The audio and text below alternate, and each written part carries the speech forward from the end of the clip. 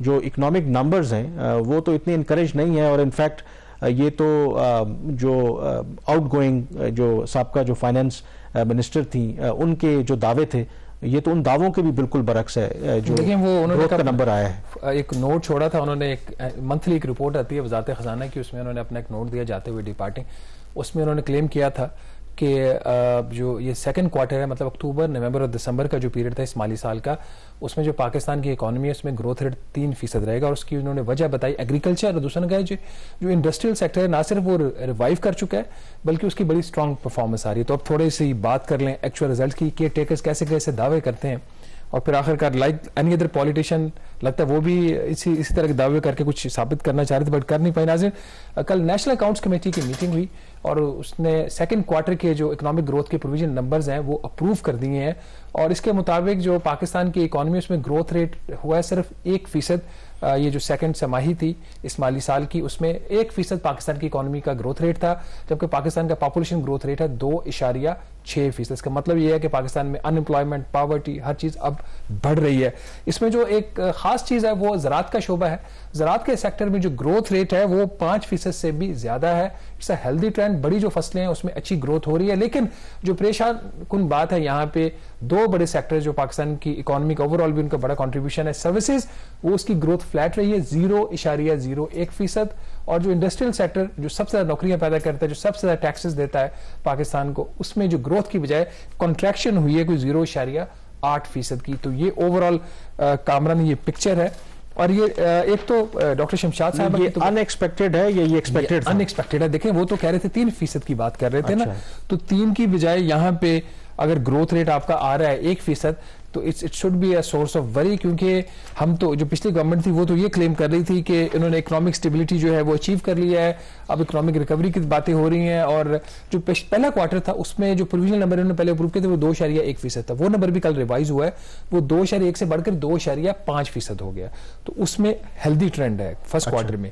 लेकिन वो जो सेकंड क्वार्टर में आके डिप आ गया, फिर सेकंड क्वार्टर में एक डिप आ गया, उसमें एक बहुत बड़ी जो वजह ये कह रहे हैं, बाकी भी फैक्टर्स अपनी जगह पे ये कह रहे हैं जी कि इसका जो है आपका इन्फ्लेशन एक बहुत बड़ा एक फैक्टर है। दूसरा जो इसके अंदर एक फैक्टर रहा है जिसका रोल था वो है आपकी जो इंटरेस्ट रेट। इन्फ्लेशन तो गुज़श्ता 16-18 माह में कंटिन्यूसली उसमें इजाफा बड़ा हो जाता है ना, जब आप प्राइसेस वर्कआउट करते हैं, उसकी ग्रोथ रेट वर्कआउट करते हैं, तो उसके जो डिफ्लेटर का जितना बड़ा साइज हो जाएगा उतना ही फिर आपका जो ग्रोथ रेट है वो कम हो जाएगा। It has some point. लेकिन असल मसला ये नहीं है, असल मसला ये है कि ओवरऑल जो एक टाइट पॉलिसीज हुकूमत इंप्लीमेंट कर रही है, और हम हमेशा कहते हैं इसके अलावा हुकूमत के पास चारा भी नहीं है, उसका नतीजा यही निकलना था।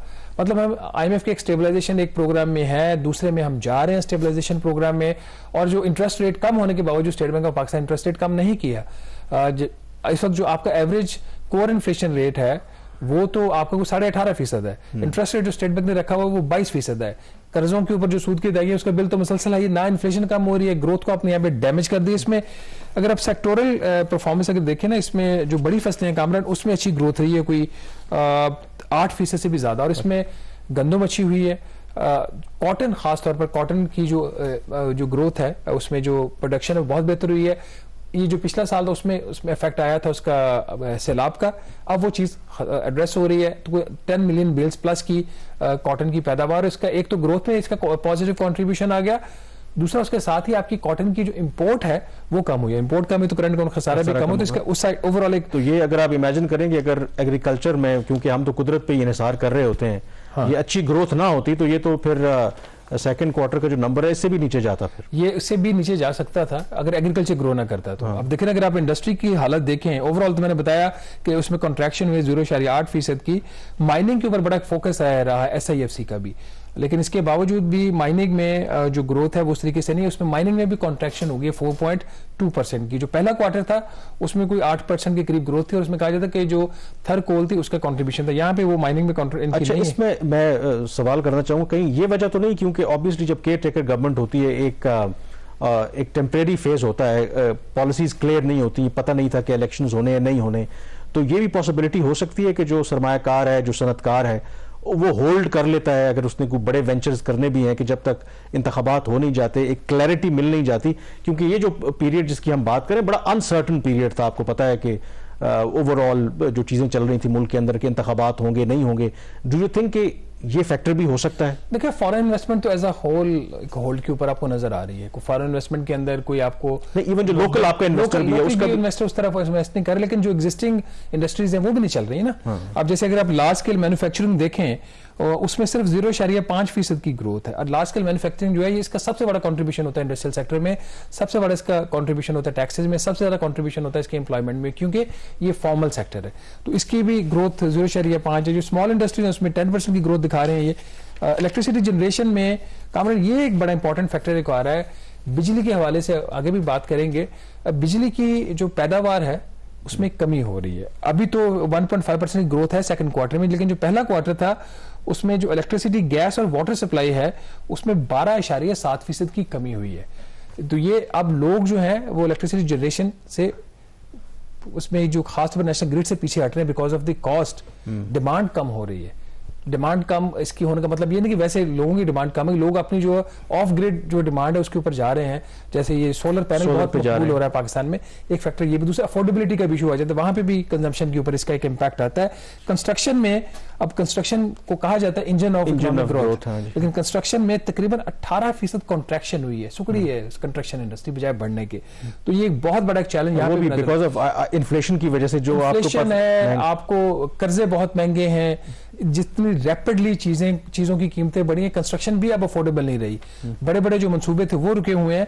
तो जो आप बात कर रहे थे इन्वेस्टमेंट की, यहाँ पे कंस्ट्रक्शन पे उसके वाज़ेह इसका एक इम्पैक्ट जो है वो नजर आ रहा है। सर्विसेज में भी इसी तरह बुरे हालात हैं। सर्विसेज के अंदर भी अगर आप देखें 0.01 मतलब हुई नहीं ग्रोथ, फ्लैट है। अगर ये डिस्कस कर लिया हो तो सर्विसेज की आपने अगर बात की है तो इसहाक डार साहब अभी भी जो अपनी इकोनॉमिक एक्सपर्टीज है उसमें अपनी सर्विसेज देने के लिए बेताब है। आप लेने को तैयार तो ये जो काउंसिल ऑफ कॉमन इंटरेस्ट की तश्कील 9 हुई है, तो ये पहली मरतबा गालिबन कह रहे हैं कि हुआ है हिस्ट्री में कि एक फॉरेन मिनिस्टर जो है वो उसका मेंबर होगा इंस्टेड ऑफ फाइनेंस मिनिस्टर।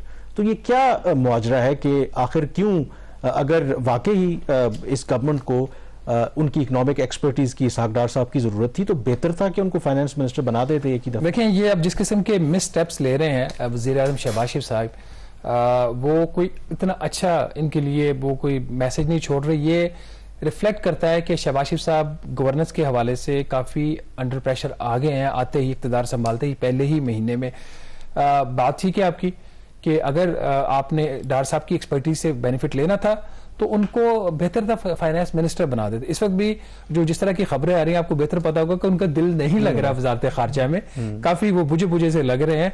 तो उनका जो घर है, जो उनको जिस सारी जिंदगी जहां पे उन्होंने काम किया वो क्यों ब्लॉक किया, फाइनेंस मिनिस्ट्री है। तो ये भी नाज़रीन कुछ इसी किस्म की डेवलपमेंट हुई है। ये मुश्तरका मफादात की काउंसिल ये आईनी एक बॉडी है जो फेडरल जो सेंटर होता है और जो प्रोविंशियल गवर्नमेंट्स होती हैं, प्रोविंसेस होते हैं, उनके दरमियान जो मामलात होते हैं उसके हवाले से फैसले करते हैं। इंतहाई अहम ये बॉडी है आपकी। इवन कि अगर पॉपुलेशन सेंसस भी होता है तो उसका जो अप्रूवल है हतमी वो भी काउंसिल ऑफ कॉमन इंटरेस्ट देती है। बाकी जो रिसोर्सेज की डिस्ट्रीब्यूशन होती है कुछ मादनी वसाइल की, उसके हवाले से भी जो अहम फैसले हैं, तमाम वो इशूज जो कि मुश्तरका हैं वफाक में और सूबों के दरमियान, वो इसकी रिस्पॉन्सिबिलिटी में आता है। इसकी रिकॉन्स्टिट्यूशन की है प्राइम मिनिस्टर ने। इसमें इंपॉर्टेंटली हमेशा प्राइम मिनिस्टर ही इसके चेयरमैन होते हैं और इसके 4 मेंबर्स जो इसके अदर होते हैं वो चारों सूबाई जो वुज़रा आला हैं वो इसके मेंबर्स होते हैं, अभी भी हैं। पर जो चेंज आया है इस दफा, जो 3 एडिशनल मेंबर्स जो फेडरल गवर्नमेंट लगाती है, कभी 4 कभी 3, तो उसमें इंपॉर्टेंटली हमारे जो वजीर खजाना है मोहम्मद औरंगजेब साहब वो मिसिंग है। तो एक दफा फिर यहाँ पे लगता है कुछ जो PMLN की अंदरूनी सियासत है उसने अपना अहम रोल प्ले किया है। फाइनेंस मिनिस्टर का काउंसिल ऑफ कॉमन इंटरेस्ट का मेंबर ना होना मेरा ख्याल इससे बड़ी कोई शॉकिंग बात नहीं हो सकती, क्योंकि ये सारे माली मामलात होते हैं, ज्यादातर माली मामलात होते हैं जिसके ऊपर ये होता है फोकस। और इसमें प्रोविंशियल रिप्रेजेंटेशन भी उस तरीके से नहीं आ रही जो एडिशनल जो मेंबर्स लगाती है वफाकी हुकूमत। इसहाक डार साहब जो फॉरेन मिनिस्टर हैं वो इसके मेंबर लगाए हैं प्राइम मिनिस्टर ने, वो पंजाब से उनका ताल्लुक है। ख्वाजा मोहम्मद आसिफ साहब जो डिफेंस मिनिस्टर, एविएशन मिनिस्टर हैं, वो भी पंजाब से हैं। और खैबर पख्तूनख्वा से इसमें अमीर मुकाम साहब हैं जो minister of state and frontier regions हैं, उनको इसका मेंबर लगाया गया है। सिंध का कोई मेंबर नहीं है इसका, फेडरल गवर्नमेंट की रिप्रेजेंटेशन जो है उसमें।